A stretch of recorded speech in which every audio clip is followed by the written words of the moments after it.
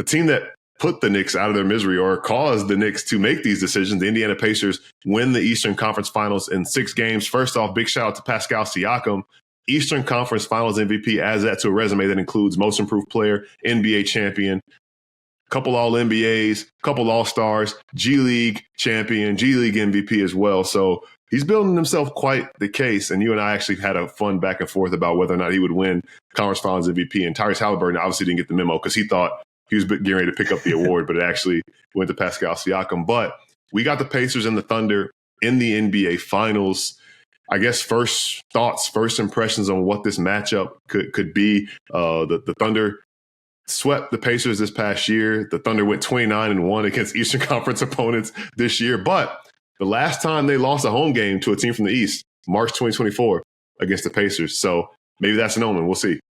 Well, before I even get into that, I want to just give Gil a shout out because he has a crystal ball. He texted me before Game 6, and he was he was kind of just prodding. Like, he was just like, hey, man, like, Pascal could win Eastern Conference Finals MVP. And I was like, I don't know, man. Like, I kind of feel like it's going to go to Tyrese Halliburton. Like, for the most part, it's gone to the bigger name. Right. You know, I even go back. I say it all the time. Like, 2023 Conference Finals MVP should have been Caleb Martin. It should not have been Jimmy Butler. So it doesn't always work out that way. But then around halftime, when Pascal really started to get it going, I kind of just texted Gil the eyes emoji, and he hit me back. It was just like, I could see this shaking out. Like, you know, it's going to be like the vote's going to be 5-4, and Pascal is going to like just edge out Tyrese Halliburton. And surely enough, the vote was 5-4. Spicy P, Conference Finals MVP. I thought it was well deserved. He was the most consistent player in that series. You know, no disrespect to Tyrese Halliburton. He was obviously incredible too, and he ended up having a really strong closeout game as well. But you know, I really felt like Pascal. I mean, he had 3 30-point games. He really just felt like he set the baseline for them every single night. And you know, he's going to have to do it again in the NBA Finals. And you know, before we really like break that down, like, you know, I'm curious what you think on who the third best player is in this final series, because I feel like Pascal Siakam is I mean, I guess maybe it could be Tyrese Halliburton could be the third best player. Maybe Pascal's the second best player, but like, I would think that it's SGA and then Halliburton, and then you can make the case for J-Dub or Siakam. I don't know if you lean stronger one way or another. I'm glad you asked that, because right now on sportingnews.com, I ranked the top 8 players in this year's NBA Finals, and I actually have Pascal Siakam at 3. So I went Shea 1, obviously, Tyrese Halliburton 2, because I think I don't penalize him for the lows. I think the highs that he has are superstar highs. Pascal has really, really good star highs. And then I went Jalen Williams 4. If you want to know the rest of the 8, I went Chet 5, Miles Turner 6, Nembhard 7, and Isaiah Hartenstein 8. I got some backlash on social media. Some people said I should have put Caruso or Dort in there instead of Hartenstein, but I feel like at that point you're kind of just you know, splitting hairs there. And me saying that, by the way, big shout out. We got Shea Gilgeous-Alexander, Andrew Nembhard, Lou Dort, and Benedict Mathurin. So a lot of CanCon. 4 is a record tying 4 Canadians in this NBA Final Series. But that being said, where do you stand on, I guess, the top 3, top 4, top 5 players in this series? Yeah, I actually agree. I was curious if you had Siakam or J-Dub as the third best player in the series. I also think it's Pascal. And I think that Pascal is the most important player in the series. Like, okay.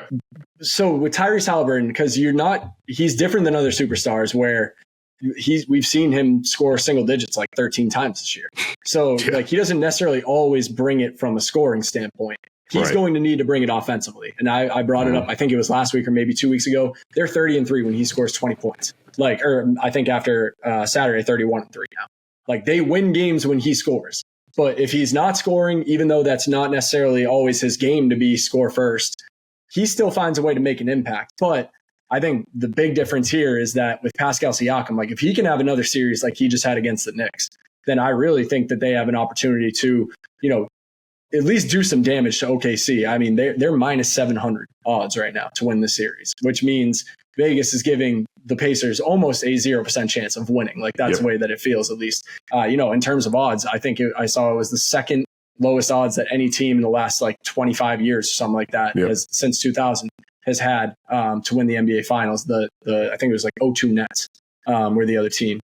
But you know, which like, again, it's pretty crazy to say considering Indiana's only lost 4 games going into the NBA Finals. Like, they've looked really, really good, and that just shows you know, how good Oklahoma City is. But, you know, the thing that I'm interested in seeing in this matchup, these are 2 teams that want to play fast. They turn you over like crazy. They have been top 2 in the league in points off turnovers, fast break points, opponent points off turnovers, opponent fast break points. Like, they are going to run. Both teams want to run. The Pacers can run with Thunder. Both teams have done a good job of taking care of the ball so far in these playoffs. It's going to be very, very, very important that the Pacers continue to take care of the ball, because that's where the Thunder do their most damage. And it feels like that's where games really get out of hand against Oklahoma City. Pascal's scoring is going to be imperative. He's got to keep it up the same way that he did in the Eastern Conference Finals. I already said it. Tyrese Halliburton's going to have to look to score more often, than I think that he did even in the Knicks series. But, there's other guys that I'm looking at too. Like you mentioned, Andrew Nembhard. Like, he's someone who had a really rough offensive series. He was really good defensively. He was spending a lot of time on Jalen Brunson. I'm curious to see, are they going to put him on Shea? Are they going to put Aaron Nesmith on Shea? Like, I don't necessarily know exactly how they're going to match up there. But, if he's not drawing that Shea assignment, then I think that's an opportunity for him to get back and find his groove as a scorer, the same way that we saw him last postseason and earlier in this postseason. There's a lot of X factors on the Pacers side, but, they're going to have to play near perfect. They're going to be OKC. Yeah, I'm glad you said that, because I also wrote a preview for this series over at Sporting News, plug. But the big thing that I asked was who's going to draw that Shea matchup. Shea had his way. I mean, he had his way against everybody this year, but he had his way against the Pacers this past year. 2 games, averaged 39 points, 7 rebounds, 8 assists, shot 56% from the field and 64% from 3. Andrew Nembhard guarded him more than anybody else, and that's not even supposed to be a knock on Andrew Nembhard. These guys are super familiar with one another, grew up in Ontario together, seem to be good friends. Nembhard is one of the few guys who I've seen play in the Shays this year. But I didn't know if he started phasing out from playing in them once he realized this might actually happen in the finals. So he's been playing in the D-books lately. So big shot. Okay. Yeah. So he switched it up. He's not letting Shea get an edge there. I saw Nikhil didn't play him either during the conference finals as well. So both of the guys who were on the short list of guys wearing Shea shoes did not do it against Shea. So I don't expect Nembhard to do it. Thanks for checking out NBA Sound System Canada on YouTube. If you haven't already, make sure to subscribe below and find us wherever you get your podcasts. And on Instagram, we have weekly episodes and bonus content throughout the week.